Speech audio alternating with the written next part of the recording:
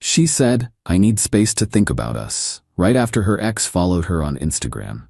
I gave her all the space she needed, permanently. When she decided she wanted to work things out, I told her I'd use the time to think too.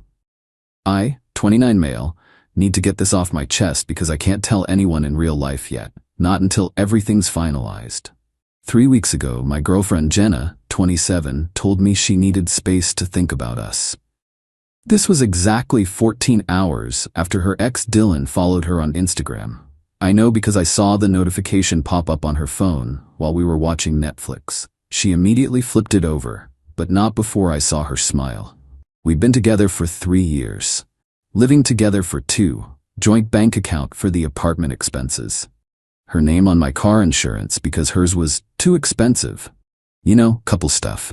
The conversation went like this. "I just feel like we're in different places right now," she said, not making eye contact. "Different places? We literally live in the same apartment." "You know what I mean. I need to figure out what I want." "And Dylan following you has nothing to do with this sudden self-discovery?" She actually had the audacity to look offended. "This isn't about him. Why are you being so paranoid?" Classic. Here's what she didn't know. I'd already been suspicious for weeks. Little things. New underwear that wasn't for me. Sudden interest in work happy hours that her coworker Melissa knew nothing about when I ran into her at Target. Phone always face down. You know the drill. So when she asked for space, I said, "Sure. Take all the time you need." She looked surprised, like she expected me to beg. "Really?" "Really. In fact, why don't you stay at your sister's for a while? Clear your head properly." She packed a bag that night, kissed me on the cheek like we were roommates, said she'd check in soon. The second her car left the parking lot, I got to work. First, I called my insurance provider and removed her from my policy, effective at the end of the billing cycle. Saved me $97 a month. Then I went through our apartment lease. Turns out I'm the only name on it. She'd been meaning to add herself but never got around to it. Convenient. The joint bank account had $1,847 in it. I had a strong feeling I knew where most of that came from. I'd been putting in $1,200 a month. She was supposed to be putting in $600 but was often short. I started downloading 2 years' worth of statements. The math wasn't going to be pretty. Then I waited. Day 3. She posted an Instagram story at a wine bar. Location tagged. Dylan liked it within minutes. Day 5. Her sister texted me asking if we were okay. I said, "Jenna asked for space to think. I'm respecting that." Day 7. Jenna texted asking if I'd paid the electricity bill. I responded, "I transferred money for it. Let me know if you see any issues on your end." She left me on read. She knew damn well I was talking about the joint account. Day 10. I was checking my front door camera footage, a habit I picked up after a package went missing, and saw Jenna's car pull into the lot around 2 a.m. It just sat there for 10 minutes before driving away. Her sister lives 40 minutes in the opposite direction. Interesting. Day 12. She posted a selfie. New earrings. The comments were wild. Dylan wrote, and she replied with, "Ah." I screenshotted that too. Day 14. She texted, "Can we talk?" Me, "I thought you needed space." Her, "I've had time to think. I miss us." Me, "What about Dylan?" Her, "What about him? We're just friends catching up." I didn't respond. She showed up that night, used her tea, found me meal prepping in the kitchen like nothing was wrong. "Why haven't you been answering my texts?" "Been busy, thinking." She sat down at our kitchen table, our table that I paid for. "I made a mistake. I want to come home." "What kind of mistake?" "Asking for space. I realized you're the one I want to be with. And you figured this out in 2 weeks. Sometimes you don't know what you have until it's gone." I almost laughed. "So Dylan was a bust?" Her face went red. "I told you this wasn't about him. Jenna, your car was in my parking lot at 2 a.m. last Tuesday. I have the footage." The silence was beautiful. I came to get some clothes." "In the middle of the night? Why didn't you come in?" More silence. "Look," she said, switching tactics. "We've been together 3 years. Are you really gonna throw that away over a misunderstanding?" "You're right. 3 years is a long time. That's why I've been thinking too." I pulled out the bank statements I'd printed. "Over the past 2 years, you've deposited a total of $9,600 into our joint account. I've put in over $28,000. And that doesn't count the car insurance, groceries, or the streaming services all tied to my personal credit card. You make more than me. I do, and I never had a problem with that. I did have a problem with being taken for a ride, and it looks like I still am. I slid a piece of paper across the table. This is a formal 30-day notice to vacate. Her jaw dropped. You can't kick me out, I live here. You stay here, but you're not on the lease. Legally, you're a month-to-month tenant, and this is your notice. I'll fight this. With what money?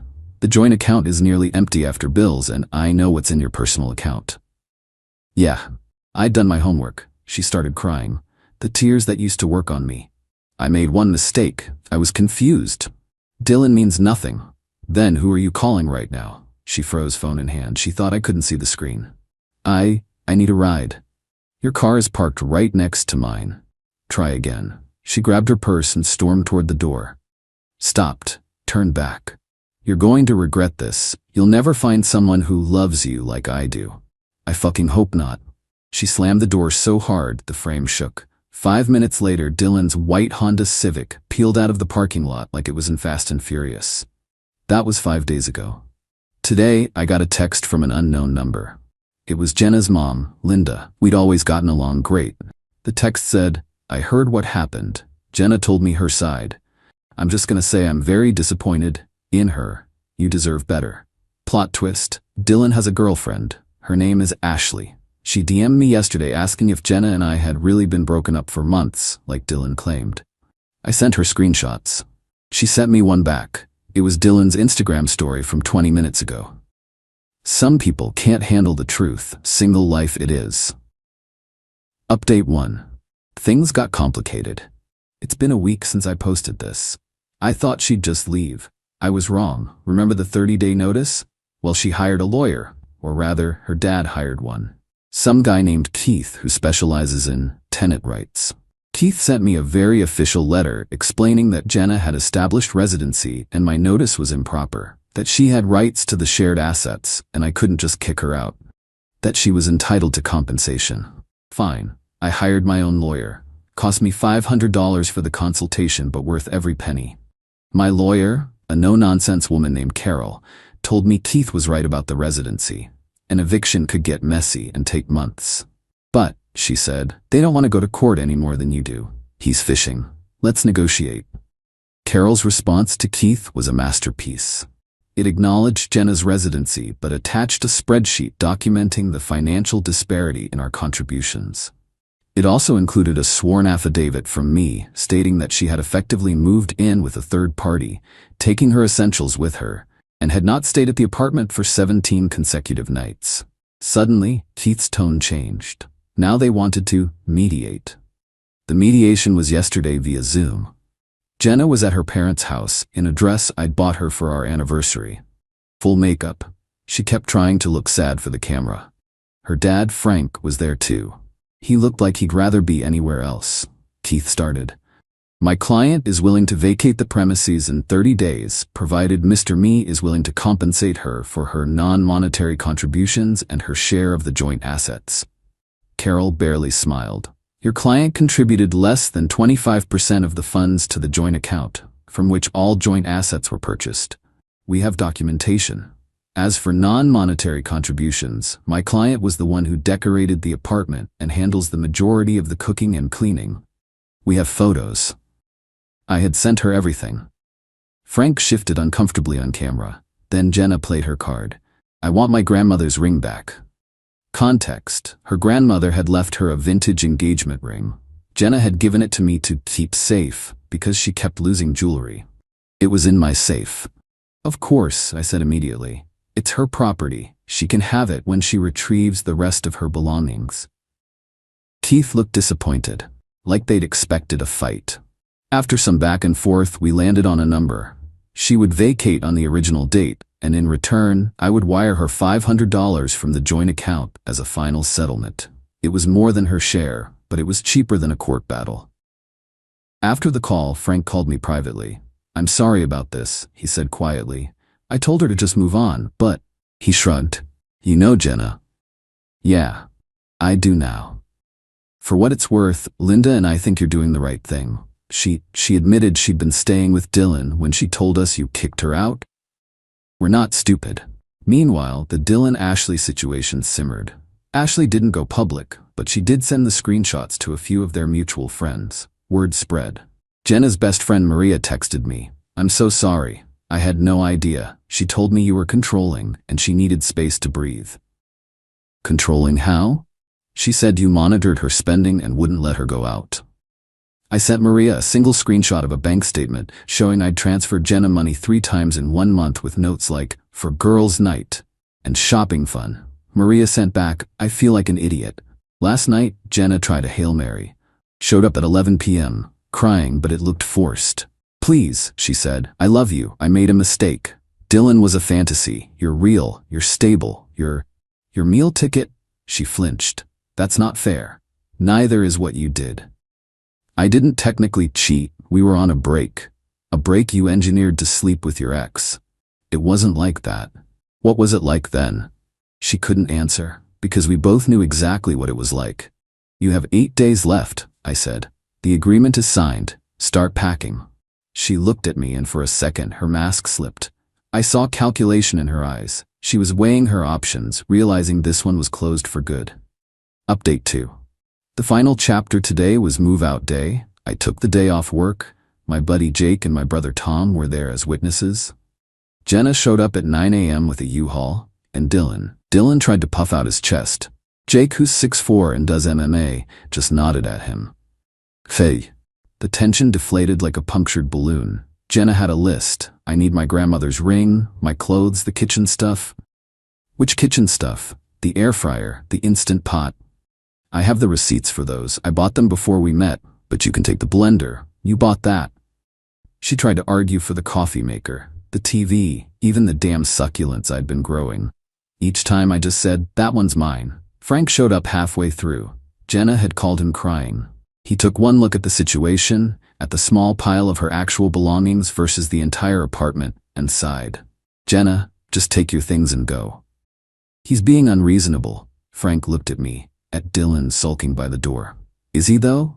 The mask slipped again. Whose side are you on? The truth's, Frank said quietly. She loaded her clothes, her photos, her bathroom stuff. 2 years of a life fit into 7 boxes and 3 suitcases. When she got to the bedroom, I went to the safe to get the ring. As I pulled it out, my hand brushed against another box I'd hidden in the back, a small, velvet one. I froze for a second. She saw the look on my face. Was it? Nothing. But she knew. She walked over as I stood there, the velvet box now sitting on top of the safe. What's in there? She whispered. I didn't answer. I just opened it. It was an engagement ring. Simple, classic, what she'd always said she wanted. Her face went white, the color drained from it. You were going to. Yeah, before you decided Dylan's attention was worth more than our future. She started crying, real tears this time, sobs that shook her body. When? How long have you had it? 6 months. The room went silent. Even Dylan looked awkward. She reached out, touched the ring, then pulled her hand back. I fucked up, she whispered. Yeah, you did. Can we? No. She just nodded, wiping her eyes. She took her grandmother's ring, closed her fist around it, and didn't look back at the other one. They finished loading in silence. As they prepared to leave, Jenna turned one last time. For what it's worth, I'm sorry. For what you did or for getting caught? She didn't answer. Couldn't answer. Dylan honked, classy to the end. After they left, Jake helped me change the locks. Tom ordered pizza. We sat in my empty-feeling apartment, and for the first time in months, I could breathe. You okay? Tom asked. I will be. What about the ring? Returning it tomorrow. Good call. My phone buzzed. Ashley, they just pulled up. Looks tense. My work here is done. Then another text. Maria, heard today was the day. Wine tonight? My treat? Maybe I smiled a little. Final update. It's been 3 months. Figured I owed you all closure. Jenna and Dylan didn't last. I don't know the exact timeline, but about a month ago, Ashley texted me that it was over. Then, a few weeks after that, I heard from Maria that a rumor was going around about Dylan's other ex being pregnant. A total mess. Jenna texted me once a week after she moved out. I'm sorry. You were right about everything. I didn't respond. What was there to say? I did wire her the $500 we agreed on. We both signed the form at our respective banks to close the joint account for good. It felt like signing a death certificate for a part of my life. As for me, I'm good. Better than good. That ring? Got most of my money back. The apartment feels like mine again. I repainted, got a new couch, bought more plants that no one complains about, started therapy. Not because I'm broken, but because I want to understand how I ignored the red flags. Turns out, I didn't ignore them. I just painted them green because I wanted to believe in the person I loved. Won't make that mistake again. Maria and I went for that wine and coffee and lunch. We're taking it slow. She knows what I went through. But she's different. Grounded. Doesn't hide her phone. Pays for her half without even thinking about it. Bare minimum?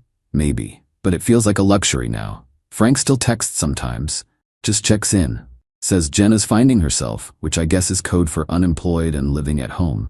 She lost her job after that HR complaint from Ashley snowballed into an investigation about her fake sick days. Dylan disappeared from social media. Someone said he's working at his stepdad's car dealership. But the real ending? The quiet, understated final scene? Last Tuesday I got an email notification. Jenna last name viewed your profile on LinkedIn. I just posted about a promotion. A big one. The kind that comes with a company car and stock options. The kind of stability she claimed she wanted. The kind of future she traded for nostalgia and Honda Civic rides. That was it. No like, no comment, just the silent, digital proof that she was looking. Tom said I'm petty for checking, maybe. But after 3 years of funding someone else's life while they torpedoed mine, I'll take petty. The apartment's quiet now, but it's my quiet, my peace, my space, and honestly, I wouldn't have it any other way.